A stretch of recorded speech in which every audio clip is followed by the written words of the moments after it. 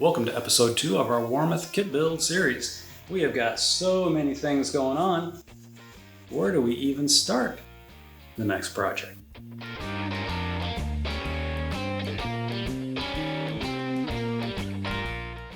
We are making a new adjustment nut for the truss rod. This has about a 3-inch long standard slot screwdriver kind of adjustment nut that's in the heel of the neck, which is fine. It works well. It's a single action truss rod. It basically bends the neck down because the strings are bending the neck up. Yada, yada, yada, you know. So I cut a piece of 3/8 inch diameter steel rod, drilled and tapped threads, which are 1032 to match the existing truss rod nut. I also have a spoke wheel end. I went to order it from StuMac and they were out of stock. So I found a whole truss rod for $1 less than just this part from StuMac. So I've got these things measured. I have to cut a little bit off of this rod and then I'll be ready to attach this to the end of that. I cut it to length, measuring the original, and I have this spoke wheel end, which would have been a nut. I have pounded, pressed, hammered 1024 machine screw into it because it fits right inside the, this is a hex end. I've got a threaded end here also, which is 1024. So we got our 1032 that goes on the end of the truss rod. We got a 1024, which will mate up to what I have driven into the spoke wheel end of the nut. So I can thread this all together. This is just assembled to hold it straight and centered and true. So now I can break out my old dusty welder and I can weld a bead to attach the spoke wheel end to my 3/8 inch threaded insert shaft. And then we can do some finish grinding and sanding and finishing. And we'll have a new spoke wheel, long ass spoke wheel nut for this neck. Whew. Let's continue the next project.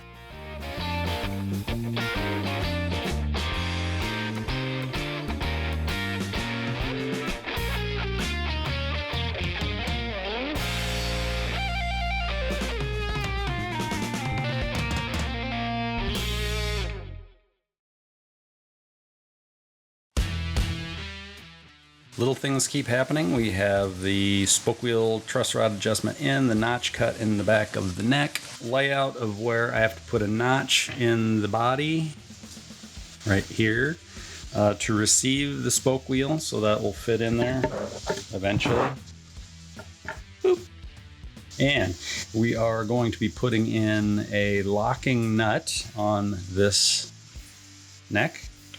And I don't know if you'll be able to see it in that video, but there's a little bit of gap at the front edge of it, a pie-shaped gap, because this slot, which is for like a Gibson nut, the shelf is too narrow this way for the width of that. So a number of ways we could fix that. We could make a little wedge of wood and glue on here and call it good enough and it would be fine. Or since we're doing veneer on this guitar, and I plan to veneer the face of the headstock, I'm going to do a multiply buildup of veneer to make the headstock thicker and also to fill in that little pie-shaped gap that's in there.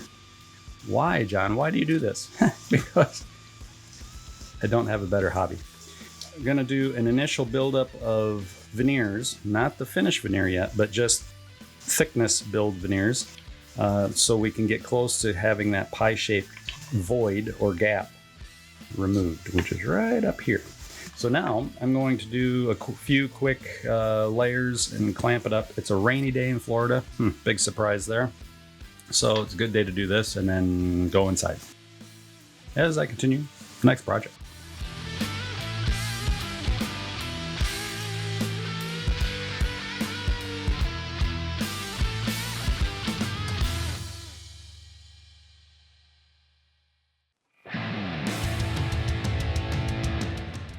All right, we're doing a lot of work and some of it may never see the light of day. We have just finished up a filler plug for the center position pickup, which I'm on the fence about this. I don't know for sure what I'm going to do. Not even sure what pickups I'm using yet. Have ideas, but you never know.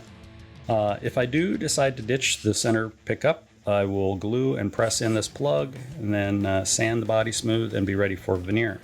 So we're getting close on that. I have also finished applying 3 filler layers of veneer to the headstock. That's just to bring the thickness of the headstock up so I can cut a clean ledge for the locking nut to sit on. One thing I need to keep in mind is that I don't know if I do refret this, I may have slightly different height frets, so I may either have to shim the locking nut or cut the ledge a little bit deeper. So a lot of things floating around, yet to be determined as we continue the next project.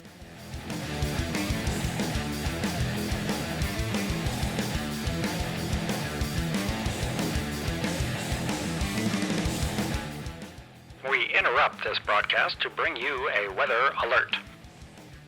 I happen to live in a little place called Florida, just down the road from a little celebrity rodent, and we happen to have a weather pattern, Uncle Milty, passing through. Well, I was lucky. He went just to the south of me. A lot of rain, a lot of wind, and some displaced squirrels.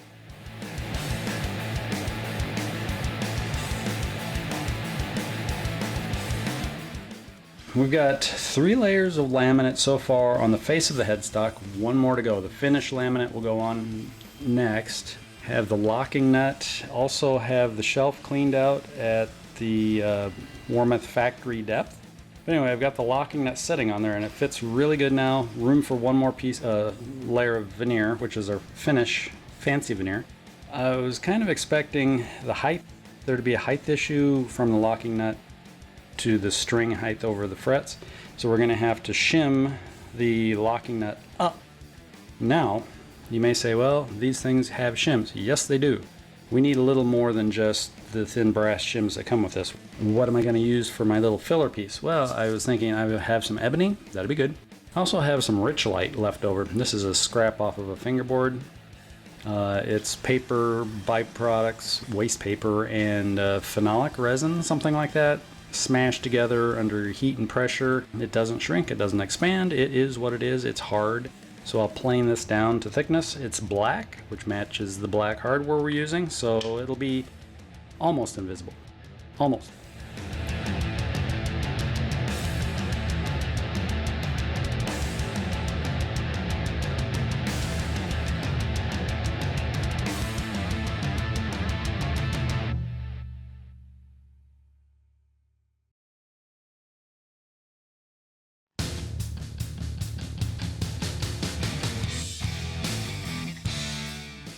I had opened up the drilled hole for the neck pickup to the control cavity, so it'd be easier to get the wires from the whatever pickup I put in this in place. And then I decided to put a dowel in that hole from the neck pocket into the neck cavity pocket. You know, there's holes everywhere. I don't like it. I clean it up. So I glued that dowel in, and then I also decided just to go ahead and plug the center pickup cavity. So that plug we made earlier, I ended up gluing it in because Uncle Milty gave me time to think about what I wanted to do. Thanks, Milty. So after everything was dry, I ran it through my little drum sander just to level out the surfaces, make sure I have a good glue surface, and we're about ready for veneer.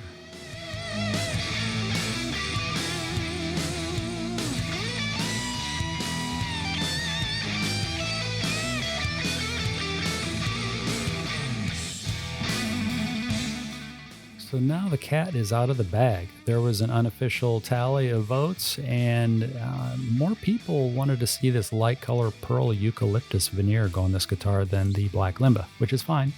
I do have a project in mind for the black limba veneer, so it will not go to waste.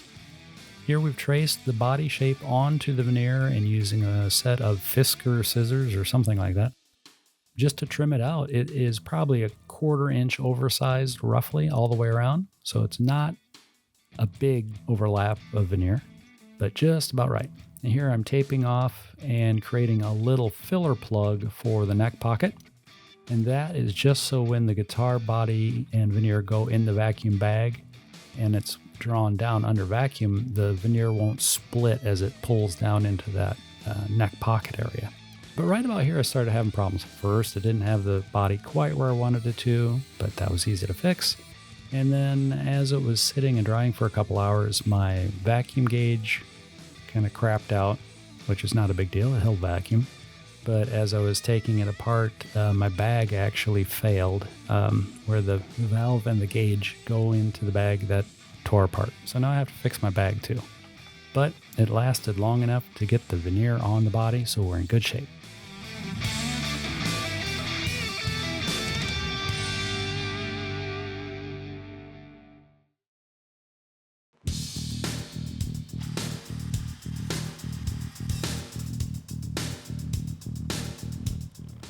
Doing a little cleanup work on the initial 3-ply of veneer that I put on the headstock.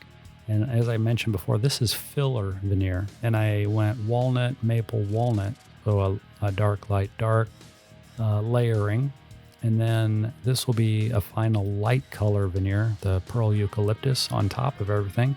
I did book match this small piece. So there is a center seam with it lines up with the body into the center of the neck. Got it glued and clamped and gonna set it aside and figure out what else to work on for a little while until, well, I don't know what I'm gonna do. Oh, look at this. This is a new toy, and it's a finger separator tool, actually. It's a really sharp, some kind of Japanese knife. Got it cheap off Amazon, wanted to try them out, and that thing is sharp. Really sharp. Fun tool.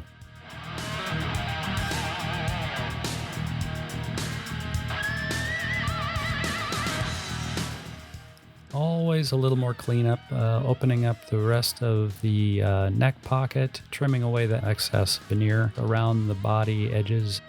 Don't want to snag and actually tear anything. One thing I did notice, this pearl eucalyptus veneer is very dry and kind of brittle feeling. I don't know if that's normal. I have used some fumed eucalyptus and it worked out just fine, but this pearl eucalyptus seems really dry. Not sure why. Well, we got a little more routing, and we're going to adjust the neck pocket to receive the new spoke wheel truss rod. Pretty simple surgery. Basically using the same little, I don't want to call it a template, but routing template that I used on the heel of the neck to route in the little notch in the back of the fingerboard. Using that same little template to cut away the notch into the body. So using that same little template to route away material from the back end of the neck pocket so the truss rod spoke wheel nut will fit. And it's going to fit together kind of like that. It's looking pretty good. I'm happy.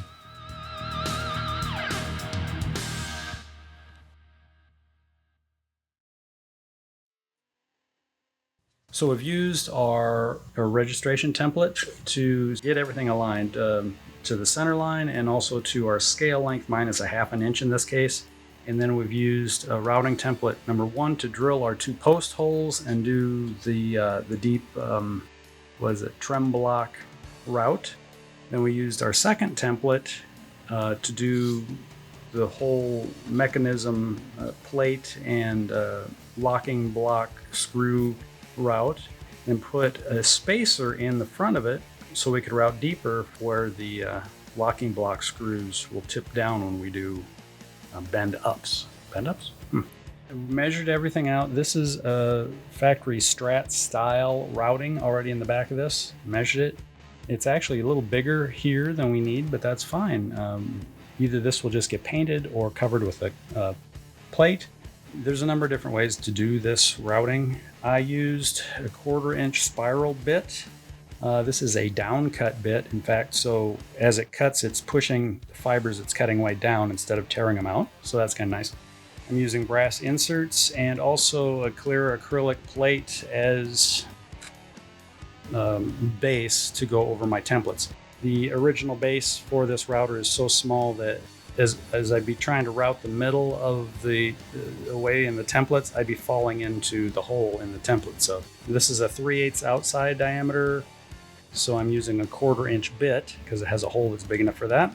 determining what depth I need, and I put a piece of tape on my ruler using the metric side because metric's easy to see, and just do a pass and see if I'm getting closer and make adjustments as I route down into the body. The template that I made back here for the string lock screws, I made this a little extra long in that direction by about 1/4 of an inch, I think. You've probably seen Floyd Rose's that the bridge plate binds across the front, and also some where the string locking block screws actually are hitting back in here. And it's going to depend a bit of the intonation on if you're using really light gauge strings or really heavy strings. So I deliberately routed this a little longer in that direction to have plenty of room. Simple enough. Well, I think we've had about as much fun as we can handle for one episode, so we should probably wrap this up. I want to thank everybody for joining me through this project. It's going to be a lot of fun. I don't really know what it's going to turn out looking like, but it's going to be good, right? Yeah, sure.